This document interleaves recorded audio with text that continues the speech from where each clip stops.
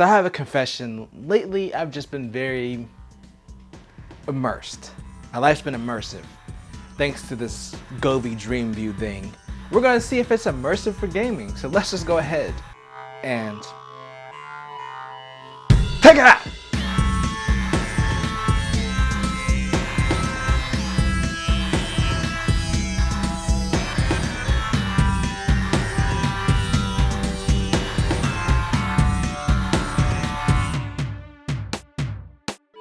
Welcome to Mike Text It Out. I'm Mike and I'm doing a little bit of a different video this week for a different type of product. So we're gonna be talking about some light strips and some lights. We are talking about the Govee DreamView. I guess this is the pro version because it came with both the light bars and the light strip. There's the DreamView that just comes with a light strip, which in my case, I could have just got the light strip because my TV is mounted in the corner anyway, and the light bars are meant to go beside the TV. I have mine under the TV, but they've been fine. The light looks a little bit off as far as the colors because they're meant to be beside it. But either way, it still looks pretty cool. So let's talk about the setup process.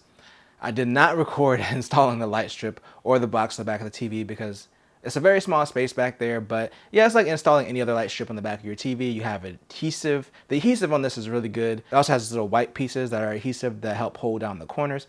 I did a pretty bad job with the corners, I'm not gonna lie, because I had a squeeze back there and it was hot and I was dying. So you stick that to the back of your TV. Then you stick the little breakout box to the back of your TV. So the power goes to that, and then your camera and your two lights plug into the back of it. The camera plugs in with USB-A, the two lights are USB-C, and then of course you have your power that just plugs into an AC outlet. And that's pretty much it. That's how the DreamView is set up. And then there's the worst part, which is installing the camera. So we have an OLED TV and the top of it is very, very thin.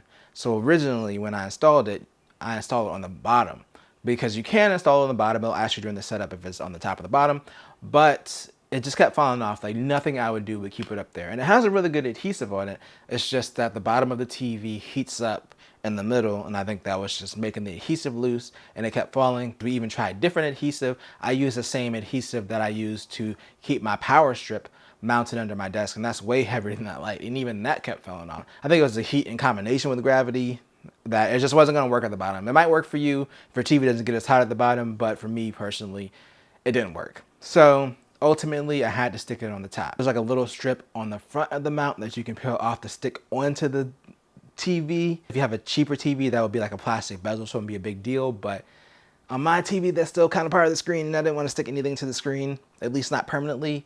So I ended up 3D printing a little bracket to go on the back, and it actually didn't fit my camera. I think there's two versions of the camera because in the picture, there's like a more square looking camera. My camera looks kind of circular. I believe it's probably meant to fit the other camera, but I 3D printed that. The idea was that I could stick that on the back of the TV and that should be enough to hold it. Since it didn't go on all the way, it's just kind of hanging off, but it was actually enough to balance it on top of the TV. So there's still a little bit of adhesive keeping it in place. So there's like a thin part of the TV at the top, but it's basically just balancing by itself with the weight of the plastic that I printed. I mean, to be honest, if you just stuck that adhesive on the front of the screen, it'd probably be fine, but I don't want to do that. I don't even like sticking stuff to the back of the TV. I don't want to stick anything to the front. Speaking of sticking stuff to your screen, you also have to stick these to your screen to do the calibration process. These aren't too bad though. The adhesive is really light. It comes off really easy and it left no residue. I redid this calibration like 3 or 4 times. Never had any residue on the TV. It's kind of like sticking like a piece of styrofoam up there basically. It just comes off easily. No residue. I still hate doing it because I hate sticking stuff to the screen. So when you start the setup, it'll ask you like which lights you're on, like which side of which lights, so that way it knows how your light strips are positioned in your light bars. And then it takes a picture of the screen with those orange foam pieces up there, and you have to line it up in the app like with the dots where the foam pieces are. I'll admit it's kind of hard to see because the angle of the TV looks weird and this is a low quality camera anyway. But it's not too bad of a setup. It's pretty simple. And then after that, you're pretty much good to go. The app also does have some additional lighting features. Like you don't have to just do the lights where it matches it to the TV. You can set up each zone to a different color. They have some built-in lighting modes as well. A friend asked me about that, and yes, you can set it to whatever color you want to. And it has some pre-made scenes as well.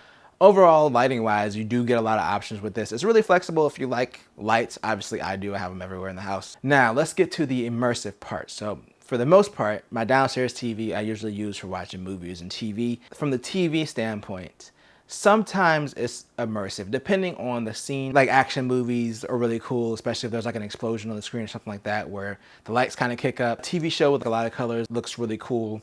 But sometimes if it's like a show where like it's dull, it's not as immersive.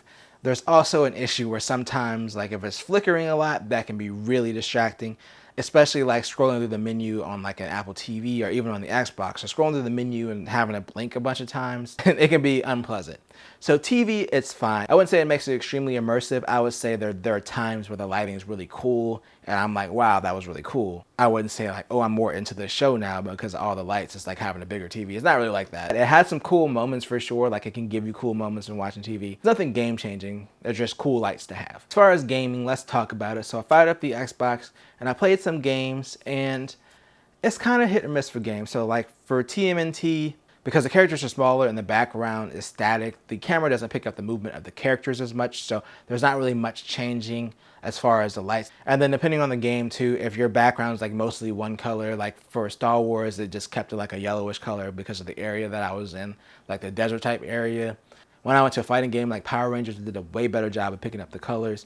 And then I played a match of Halo, and that was pretty fun as well. But I have to be honest, in all of the gaming situations, I had to remember to look at the lights because I was just paying attention to the game, like just looking directly at the screen and what my character was doing. A lot of the times in gaming, I don't remember to like pay attention to the scenery or what's going on around me. I'm just looking directly at the screen. So I think from a gaming standpoint, like if you were just buying this for gaming, you probably just wouldn't even pay attention to it, to be honest. The other thing that's kind of weird about it is obviously they can't do black as a color, so they chose red. And I don't know if it's just because I have an OLED, but the red is really distracting. And I think because the screen goes completely black, it just pops out even more. So I don't know if like the TV had a backlight in those black areas, if it wouldn't be as red, but it's kind of a distracting red too, if it's a mostly black scene. So I kind of wish they would have chosen like a blue or something like that as the black color. The other thing I think that's confusing about this product, and I kind of hinted at it earlier, was it's $150. It's actually on sale on Govee site for $109 right now, but it's $150, and it feels like the camera was designed to go on a cheaper TV with a thicker bezel. And my thing is, if you're spending like $300 to $400 on a TV, not saying it's impossible for you to get something like this, but I feel like this is something like a TV enthusiast that would get, like someone that's going to have a more expensive TV, and typically those are going to have smaller bezels. So I don't know who they're expecting to buy this, who's just going to have a nice TV with a thick bezel. It's kind of weird to me at $150, like the camera's not made for higher end TVs, because I just don't think that anyone with a lower end TV would spend $150 on an accessory like this. My friend came over and he thought it was really cool, to be honest. We were watching stuff and he was like, how much is it? And I was like, it's like $150. And he was like, oh yeah, my whole TV was like $300. So it is what it is. The lighting is not always accurate. It's a little bit hit or miss, but it's a pretty fun accessory. I got mine on the Best Buy deal of the day and I had some reward certificates, so I spent $85 for the whole thing. So if you can get it on sale for a decent price, I could definitely say that it's worth it, especially because when you get around $100, it's not that much more expensive than like a high-end light strip by itself anyway, and you get all these bonus features. So yeah, overall it's cool. Probably wouldn't make a difference for gaming, mostly for TV watching. But let me know what you guys think in the comments. I'm gonna go ahead and get out of here. But if you enjoyed this video, make sure to tell a friend, tell a coworker, like, share, and subscribe, and hit the notification bell to be notified when I drop a video. And always do at least 2 things at the same time. Peace.